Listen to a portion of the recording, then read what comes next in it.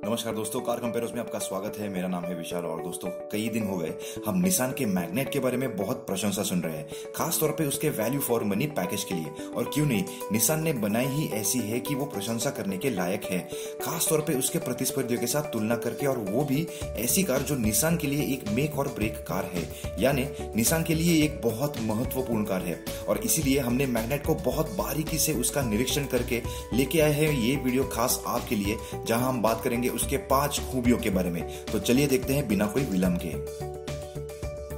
सबसे पहले बात करते हैं कीमत और उसमें आपको मिलने वाले फीचर्स की, जिसकी चर्चा हर तरफ हो रही है। दोस्तों मैग्नेट की बेस वेरिएंट एक्ससी, जिसकी कीमत है सिर्फ लगभग 5.5 लाख रुपए ऑन रोड दिल्ली, वो सस्ती है कम से कम 2.5 लाख रुपयों से, यानी कि वेन्यू से। और सबसे ज्यादा सस्ती पड़ेगी XUV 300 से, जिसके दोस्तों लगभग ऑन रोड दिल्ली के प्राइस में आपको मैग्नेट के 2 बेस वेरिएंट मिल जाएंगे। तो जाहिर सी बात है कि निसान ने प्राइसिंग के मामले में तो बाजी जीत ली है। और तो और निसान ने मैग्नेट में उसके बेस वेरिएंट से ही rear defogger, rear washer wiper, adjustable rear headrests और पावर विंडोज जैसे फीचर्स दिए हैं, जो आपको उसके प्रतिस्पर्धियों में या तो कम मिलेंगे या नहीं।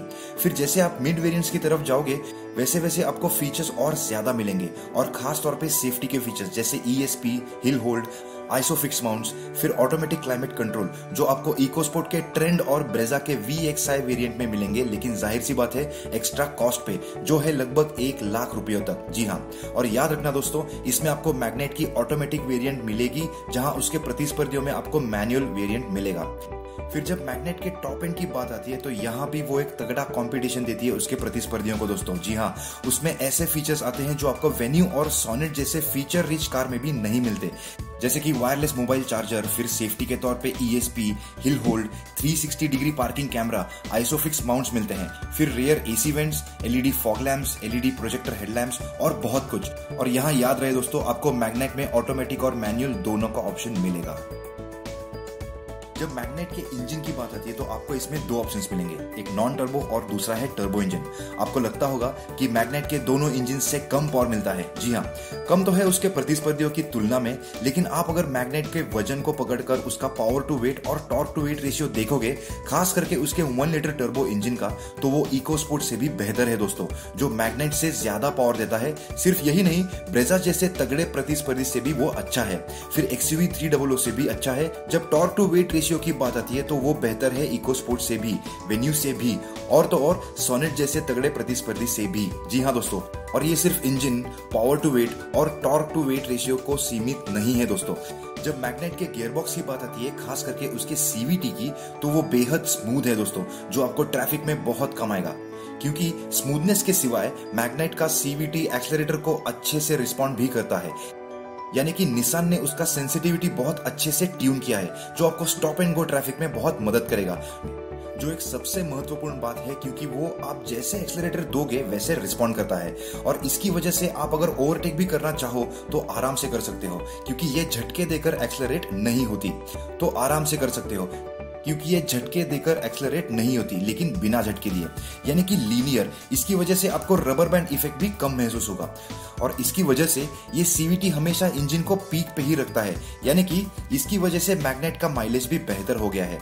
चलिए वो भी देख लेते हैं दोस्तों। मैग्नेट के नॉन टर्बो इंजन के साथ आने वाला 5 स्पीड मैनुअल गियरबॉक्स का ARAI माइलेज है 18.7 किलोमीटर पर लीटर, जो Brezza, EcoSport, venue, Nexon, XUV 300 और किया के सोनेट से तो ज्यादा है ही, लेकिन मैग्नेट के 1 लीटर टर्बो इंजन का माइलेज इसी 5 स्पीड मैनुअल गियरबॉक्स के साथ है 20 किलोमीटर पर लीटर। जी हाँ, जो मैग्नेट को इस सेगमेंट में एक बहुत तगड़ा प्रतिस्पर्धी बना देता है, जिसकी वजह से उस पे होने वाला सालाना खर्चा सिटी और हाईवे दोनों का बहुत ही कम होगा। सिर्फ यही नहीं दोस्तों, जब मैग्नेट के बाकी के चीजों की बात आती है, जैसे कि टायर साइज, उसका ग्राउंड क्लियरेंस और व्हील बेस, तो वो भी कई प्रतिस्पर्धियों से बेहतर है। जी हाँ, मैग्नेट को निसान ने बड़े टायर्स तो दिए ही है, जो इकोस्पोर्ट, वेन्यू, नेक्सॉन और सोनेट जैसों को टक्कर देता है, लेकिन निसान ने मैग्नेट का व्हील बेस नेक्सॉन से भी ज्यादा दिया है, और वो ब्रेजा और सोनेट से समान है।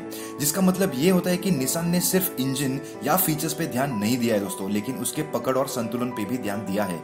और जैसे आपको पता ही होगा कि बेहतर व्हील बेस और बेहतर ग्राउंड क्लियरेंस देने से कार की पकड़ और संतुलन में कितना फर्क पड़ता है। और दोस्तों, इसकी वजह से मैग्नेट की लंबाई नेक्सॉन के उतनी ही हो जाती है और ब्रेजा, XUV 300 और वेन्यू से ज्यादा फर्क नहीं है। और निसान यहाँ पे रुका नहीं दोस्तों, मैग्नेट की पकड़ और संतुलन और बेहतर करने के लिए उन्होंने उसकी ऊंचाई सबसे कम रखी है उसके प्रतिस्पर्धियों से, जिसके पीछे एक ही कारण है कि निसान को उनके मैग्नेट की पकड़ और संतुलन बेहतर बनानी है। और आखिर में जब बूट स्पेस की बात आती है तो आपको मैग्नेट में ब्रेजा और XUV 300 से बेहतर मिलेगी, लेकिन पीछे के सीट्स फोल्ड करने के बाद आपको मैग्नेट में 690 लीटर्स का यानी कि 690 लीटर का बूट स्पेस मिल जाता है। तो दोस्तों, ये था हमारा एक छोटा सा प्रयास आपको ये बताने कि मैग्नेट की क्या खूबियां हैं, लेकिन इसका मतलब ये नहीं होता कि मैग्नेट में कुछ खामियां ही नहीं है, क्योंकि इस वीडियो में हमने सिर्फ उसके खूबियों के बारे में बात की है। हमने इससे पहले निसान मैग्नेट के खामियों का वीडियो भी बनाया है दोस्तों, जो आप देखना मत भूलिएगा, जिसके बाद आपको ये पता चल जाएगा कि मैग्नेट लेनी चाहिए या नहीं।